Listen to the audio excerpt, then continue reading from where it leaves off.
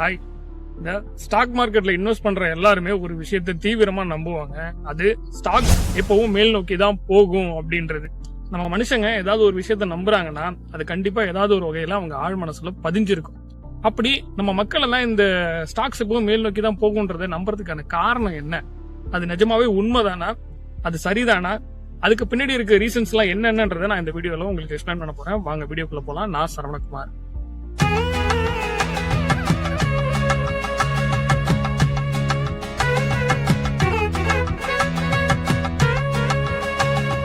Stocks எப்பவும் மேல் நோக்கி தான் போகும்னு இந்த ஸ்டாக் மார்க்கெட்ல இன்வெஸ்ட் பண்ற எல்லாருமே நம்புறதுக்கான முக்கியமான காரணமா நான் ஒரு 4 விஷயத்தை எடுத்துட்டு வந்திருக்கேன். அந்த 4 விஷயத்தை பத்தி தான் இப்போ உங்ககிட்ட சொல்ல போறேன். வாங்க ஒண்ணு ஒண்ணா என்னன்னு பார்ப்போம். ஒரு மனுஷனை ஏமாத்தணும்னா அவன் மனசுக்குள்ள ஆசையை தூண்டணும் அப்படின்னு சொல்லுவாங்கல்ல. இந்த சதுரங்க வேட்டை படத்துல கூட அந்த டயலாக் அழகா வந்திருக்கும். செட்டியார் கண்ணுல ஒளி தெரிஞ்சிருச்சு அப்படின்ற மாதிரி தான் நம்ம மனசுக்குள்ள இந்த ஸ்டாக் மார்க்கெட்ல நீண்ட காலத்துல ஸ்டாக்ஸ் எல்லாம் மேல் நோக்கி போகும்னு ஒரு உண்மையை விதைச்சிருக்குது. அது உண்மையாவே உண்மைதானா? அதுல 100% அது நடக்கதான் செய்யுதா அப்படின்றத பத்தி இப்போ நம்ம இந்த 4 விஷயத்த நான் சொன்னேன்னா நீங்களே தெளிவா புரிஞ்சுக்குவீங்க. Number 1, சென்செக்ஸோட chart. எல்லாருமே உணவு கொண்டு வந்துருவாங்க. ஸ்டாக் மார்க்கெட்டை பத்தி பேசுற எல்லாரும் அந்த சென்செக்ஸோட சார்ட்டை கொண்டு வந்து இப்படி போட்டுருவாங்க. பாருங்க சார், நீண்ட காலத்துக்கு அது இப்படிதான் சார் போகுது மேல் நோக்கி அப்படின்னு நம்ம கிட்ட காமிப்பாங்க. அத ஜூம் அவுட்ல பார்க்கும்போது நமக்கு எப்பவுமே இப்படிதான் தெரியும். காம்பவுண்டிங் எஃபெக்ட்ல அப்படி மேல போற மாதிரி தான் தெரியும். அதான் உண்மையும் கூட. கிட்டத்தட்ட சென்செக்ஸ் 100ல ஆரம்பிச்சிச்சு சார், இப்ப பாருங்க 1 லட்சம் கிட்ட நெருங்கி வந்துருச்சு அப்படின்லாம் சொல்லுவாங்க.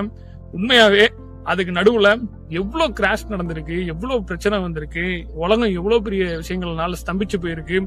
அந்த டைம்ல எல்லாம் இன்வெஸ்ட் பண்ணவங்க எவ்வளவு தூரம் லாஸ் ஆயிருக்காங்க, எத்தனை பேர் ஸ்டாக் மார்க்கெட் விட்டு போயிருக்காங்க, எத்தனை பேர் தற்கொலை பண்ணிருக்காங்க, எவ்வளவு விஷயம் நடந்திருக்கு. இப்ப நம்ம லைஃப் எடுத்துக்கங்களேன், நம்மளை பார்த்துட்டு அவனுக்கு என்னப்பா ஜாலியா இருக்கும் அப்படின்னு சொல்லுவாங்க. பட் நமக்கு தான் தெரியும் எவ்வளவு அப்ஸ் அண்ட் டவுன்ஸ்ல நம்ம இருக்கோம் அப்படின்றது. அதே மாதிரிதான் ஸ்டாக் மார்க்கெட்டோட சார்ட்டும். ஜூம் அவுட் பண்ணி பார்த்தா எல்லாமே பலபலன்னு நல்லாதான் தெரியும். பட் உள்ளுக்குள்ள பார்த்தாதான் எத்தனை குப்புறக்கடி உழு, எத்தனை தடவை எழுந்திரிச்சுக்கு அப்படின்னு. அப்படி உழும் போதெல்லாம் விழுந்த ஸ்டாக்ஸ் எல்லாம் எழுந்திரிச்சிருக்கான்னு கேட்டீங்கன்னா கிடையாது. 2வது விஷயம், mutual fund advertisement. Mutual fund சை ஹே, மியூச்சுவல் ஃபண்ட் அட்வர்டைஸ்மெண்ட் எல்லாமே இதை ஒன்று சொல்லிடுவாங்க. மியூச்சுவல் ஃபண்ட் சை ஹே, லாங் டர்ம்ல இன்வெஸ்ட் பண்ணுங்க, ரிட்டர்ன் கேரண்டீட் அப்படின்னு வாடுங்க.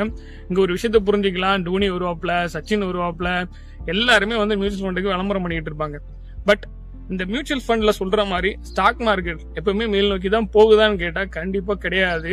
எல்லா மார்க்கெட்டும் மேல் நோக்கி போகுன்றதுக்கான எந்த கேரண்டீடு கிடையாது. இப்ப இங்க எல்லாமே அப்படியே சொல்லிருப்பாங்க, கீழே போட்டுருப்பாங்க பாருங்க, கண்ணுக்கே தெரியாத ஒரு லெட்டர்ல mutual funds R subject to market risk. அந்த ரிஸ்க் என்ன சார்? அந்த ரிஸ்க் தான் சார் இங்க பிரச்சனை. அதே சார் யாருமே தெளிவா சொல்ல மாட்டீங்க அப்படின்னு. நாளை பின்ன ஏன்டா நீங்க போய் அவங்ககிட்ட, ஏன்னா நீ சொன்ன மாதிரி ரிட்டர்ன் வரலாம் அவனை கேட்க முடியாது. நான் தான் சொன்னேன் sir subject to market risk அப்படின்னு சொல்லிட்டு போயிடுவானுங்க. 3வது விஷயம், நம்ம பினான்சியல் அட்வைசர்ஸ். அட்வைசிங் ஐயா சாமிகள் எப்பவுமே வந்து அவங்க கிளைண்ட்டை தக்க வச்சுக்கணும். ஆக மொத்தம் நீங்க ஒரு சின்ன டிராப் டைம்ல போய் அவங்க சொன்ன சார் விழும் சார், அப்புறம் ஏன்ச்சு ஓடிடும் சார் அப்படின்னு சொல்லுவாங்க. இந்த MLM ஸ்கீம் எல்லாம் விற்கிற மாதிரி தான் இவங்க நம்ம கிட்ட ஸ்டாக்கை தள்ளி விடுறது. அட்வைசர் சார், நீங்களும் ஒரு விஷயத்த மறைக்கிறீங்க. இந்த ஸ்டாக் மார்க்கெட்ல எதுவுமே கேரண்டீட் கிடையாது. நீங்க பாஸ்ட வச்சு பிரசன்ட்ல அட்வைஸ் பண்ணிட்டு இருக்கீங்க. அது வேணா உங்களுக்கு டெம்பரரி ஆறுதல் தெரியும். ஆனா கண்டிப்பா ஸ்டாக் மார்க்கெட் நீங்க மேல போகும்னு சொல்றீங்க பாத்தீங்களா, அதையும் கொஞ்சம் கூட்டம் நம்புது பாத்தீங்களா. என்னதான் சொல்றதுன்னு எனக்கு தெரியல.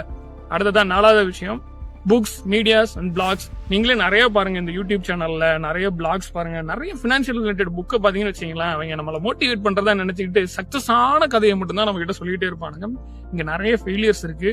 வாரன் பஃபெட் கூட ஒரு இடத்துல சொல்லியிருப்பாரு, உங்க சக்சஸுக்கு காரணம் என்ன சார் அப்படிங்கிறது. அமெரிக்கால பிறந்ததுதான். அப்படி ஒரு ஸ்ட்ராங்கான கண்ட்ரில அவர் பிறந்ததுனாலதான் அவரோட இன்வெஸ்ட்மெண்ட் இவ்வளவு தூரம் வந்துச்சு. இதே வாரன் பஃபெட் மற்ற நாட்டுல எல்லாம் பிறந்திருந்தாருன்னா அவர் இவ்வளவு பெரிய ஆளா இருப்பாரா, இவ்வளவு இன்வெஸ்ட்மெண்ட் ரிட்டர்ன்ஸ் எல்லாம் கிடைச்சிருக்க மாட்டதுக்கு எந்த கேரண்டியுமே கிடையாது. அதான் வாரன் பஃபெட் சொல்லுவாரு. இந்த புக்ஸ் எல்லாம் எழுதுவாங்க, ஏதாவது ஒரு சக்சஸ் ஸ்டாக் கிட்ட வந்துட்டு 1980ல, 1990ல, 2000ல நீங்க நேரம் ஆயிருக்கலாம் ஜி, எத்தனை பேர் ஆயிருப்பாங்க உண்மையா சொல்லுங்க. சோ இந்த பிளாக்ஸ் எல்லாமே, புக்ஸ் எல்லாமே சொல்றது ஒரு விஷயம் தான். சக்சஸ் ஆனது கதையை எடுத்து வந்து சொல்லி நம்ம கிட்ட அதை பார்த்து நம்ம மனசுக்குள்ள ஒரு விஷயத்த விதைச்சிட்டு போயிடுறாங்க.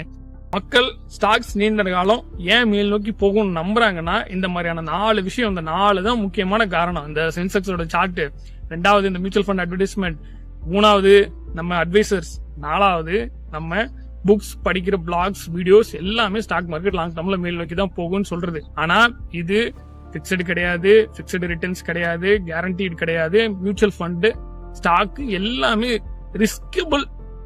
ரிஸ்க்கு ஏற்ற ரிவார்டு தான், அதையும் நான் சொல்லிடுறேன். சில பேர் நல்ல ரிஸ்க் எடுத்து ரிவார்டும் வாங்கலாம். பட் அது ஒரு லாங் டேர்ம்ல இன்வெஸ்ட் பண்ணணும், நல்ல பொறுமை இருக்கணும், பேஷன்ஸ் இருக்கணும், டிசிப்ளின் இருக்கணும். குரங்கு கையில பூமாலை கிடைச்ச மாதிரி டெய்லி திறந்து 5 நிமிஷத்துக்கு ஒரு தடவை எட்டி பாக்குறவங்க எல்லாம் அதுல சக்சஸ்ஃபுல் ஆக முடியுமான்னு எனக்கு தெரியல. பட் உங்களோட இந்த ஆழ்ந்த நம்பிக்கையை எப்பயுமே ஒரு கொஸ்டின் மார்க் போட்டு நீங்களே கேள்வி கேட்டுக்கங்க. கண்டிப்பா ஸ்டாக்ஸ் லாங் டேர்ம் இன்வெஸ்ட்மெண்ட்ல growth தான் தருன்றது ஒரு நிச்சயம் இல்லாத ஒரு கேள்விக்குரியவான விஷயம் தான். நீங்க அப்படி இதுவரையும் நம்பிட்டு இருந்தீங்கன்னா உங்க நம்பிக்கை நீங்களே ஒரு தடவை கேள்வி கேட்டு பாருங்க. ஆமா இல்ல, நிறைய எக்ஸாம்பிள் உங்களுக்கே மைண்டுக்கு வரும். மீண்டும் இது போன்ற நல்ல தகவலோட அடுத்த வீடியோல உங்களை சந்திக்கிறேன். அதுவரை உங்களிடம் நான் உங்கள் சரவணகுமார். நன்றி, வணக்கம்.